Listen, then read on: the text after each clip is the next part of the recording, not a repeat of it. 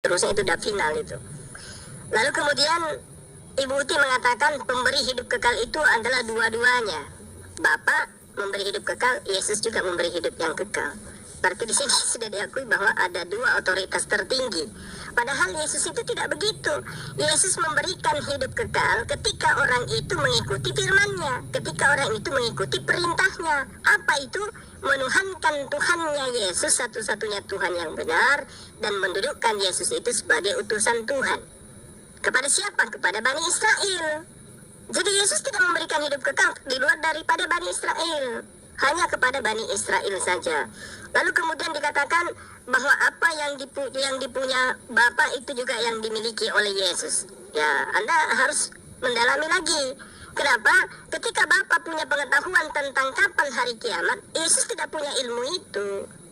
Jadi tidak berguna bagi pemahaman itu untuk kemudian mengkanter kebenaran dalam ajaran agama Islam bahwa Yesus itu hanya utusan Tuhan, menyampaikan firman hanya firman yang disampaikan oleh Tuhan. Sementara teman-teman Kristen, mohon maaf, oknum dalam hal ini, mengajarkan satu perkataan yang Yesus tidak ajarkan. Contoh, Yesus dan Bapa sama-sama memiliki, sama-sama mempunyai apa yang dipunyai Tuhan, Bapa itu juga yang dipunyai oleh Yesus. Bapak punya pengetahuan tentang hari kiamat. Yesus punya enggak? Dia enggak punya.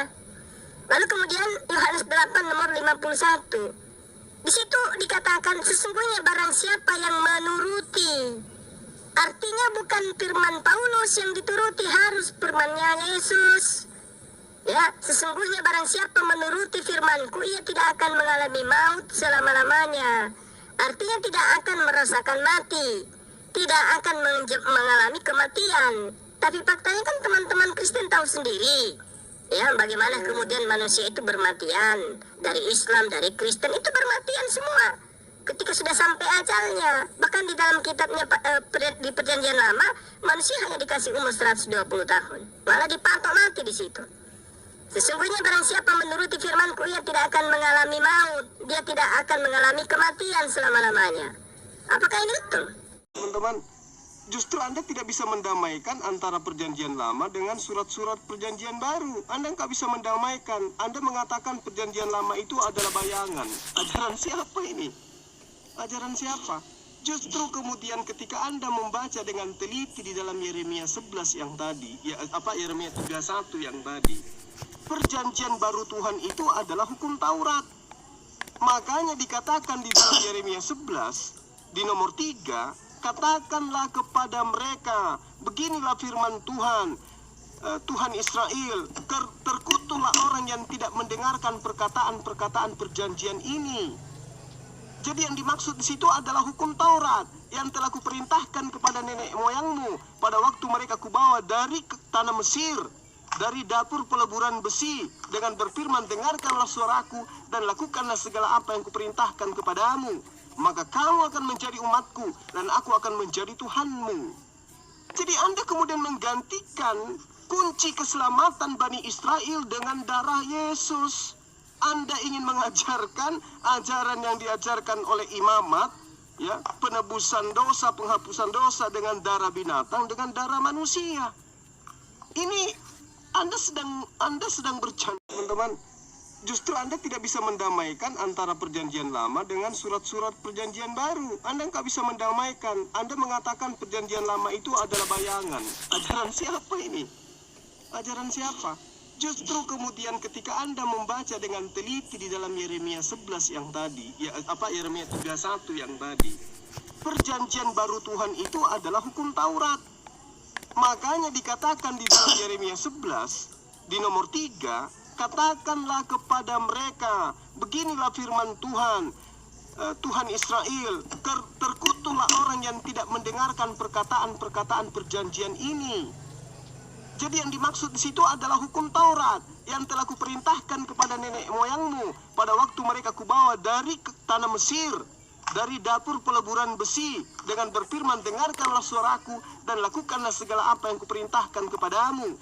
Maka kamu akan menjadi umatku dan aku akan menjadi Tuhanmu. Jadi Anda kemudian menggantikan kunci keselamatan Bani Israel dengan darah Yesus. Anda ingin mengajarkan ajaran yang diajarkan oleh imamat, Ya, penebusan dosa, penghapusan dosa dengan darah binatang, dengan darah manusia. Ini Anda sedang bercanda.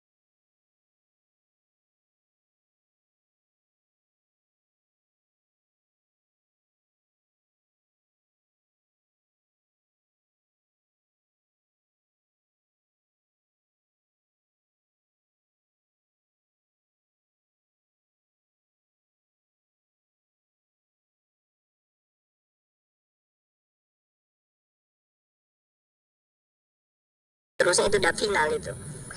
Lalu kemudian Ibu Uti mengatakan pemberi hidup kekal itu adalah dua-duanya. Bapa memberi hidup kekal, Yesus juga memberi hidup yang kekal. Berarti di sini sudah diakui bahwa ada dua otoritas tertinggi.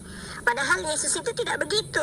Yesus memberikan hidup kekal ketika orang itu mengikuti firman-Nya, ketika orang itu mengikuti perintahnya. Apa itu?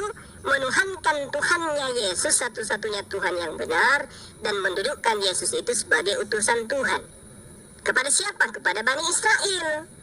Jadi Yesus tidak memberikan hidup kekal di luar daripada Bani Israel, hanya kepada Bani Israel saja. Lalu kemudian dikatakan bahwa apa yang dipunya Bapa itu juga yang dimiliki oleh Yesus. Ya, Anda harus mendalami lagi.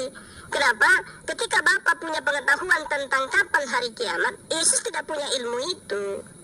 Jadi tidak berguna bagi pemahaman itu untuk kemudian mengkantor kebenaran dalam ajaran agama Islam bahwa Yesus itu hanya utusan Tuhan, menyampaikan firman hanya firman yang disampaikan oleh Tuhan. Sementara teman-teman Kristen, mohon maaf, oknum dalam hal ini, mengajarkan satu perkataan yang Yesus tidak ajarkan. Contoh, Yesus dan Bapa sama-sama memiliki, sama-sama mempunyai apa yang dipunyai Tuhan Bapa, itu juga yang dipunyai oleh Yesus. Bapak punya pengetahuan tentang hari kiamat. Yesus punya enggak? Dia enggak punya. Lalu kemudian Yohanes 8 nomor 51.